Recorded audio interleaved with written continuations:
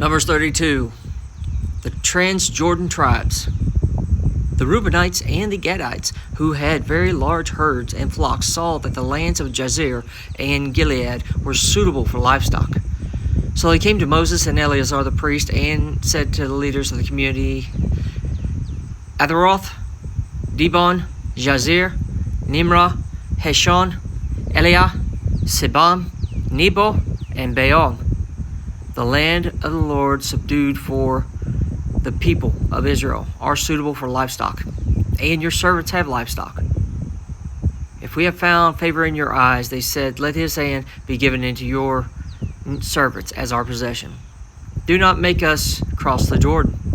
Moses said to the Gadites and the Reubenites, show your fellow Israelites, go to war. While you sit here, why do you discourage the Israelites from crossing over into the land the Lord has given them? This is what your fathers did when I sent them to Kadesh Barnea to look over the land. After they went up to the valley of Eshcol and viewed the land, they discouraged the Israelites from entering the land the Lord had given them. The Lord's anger was aroused that day, and he swore this oath, because they have not followed me wholeheartedly. Not one of those who were 20 years old or more when they came out of Egypt will see the land I promised on oath to Abraham, Isaac, and Jacob. Not one except Caleb son of Jephunneh, and the Kenizzite, and Joshua son of Nun. For they followed the Lord wholeheartedly. The Lord's anger burned against Israel, and he made them wander into the wilderness 40 years, until the whole generations of those who had done evil in his sight was gone. And here you are, a brood of sinners, standing in the place of your fathers and making the Lord even more angry with Israel. If you turn away from following him, he will again leave all his people in the wilderness, and you will be the cause of their destruction.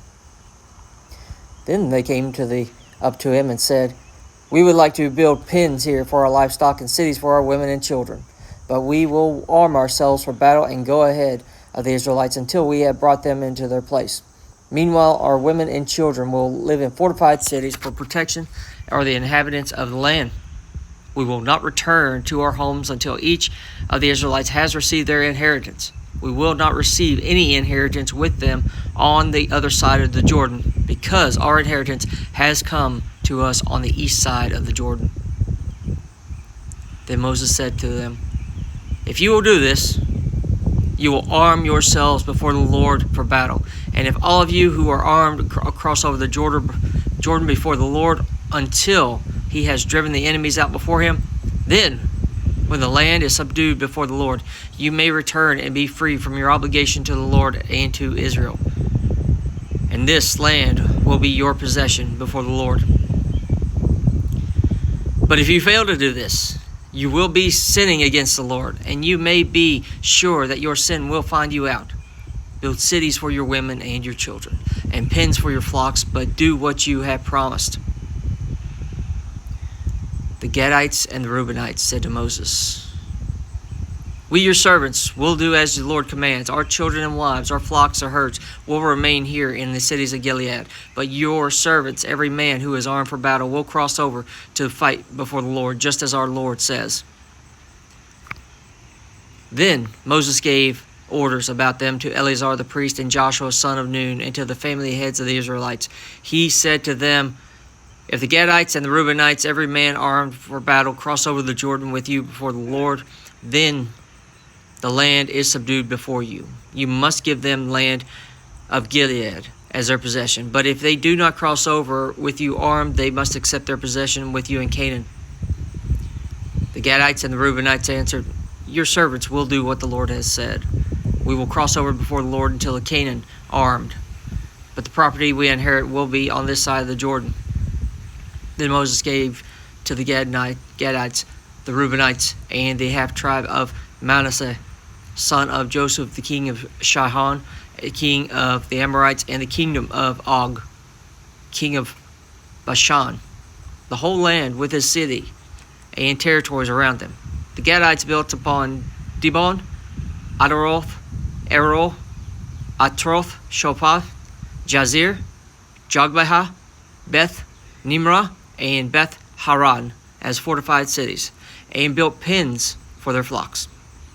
And the Reubenites rebuilt Heshbon, Eliad, and Kirithaim, as well as Nebo and Baal Meon. These names were changed, and Sibmah. They gave names to the cities they rebuilt.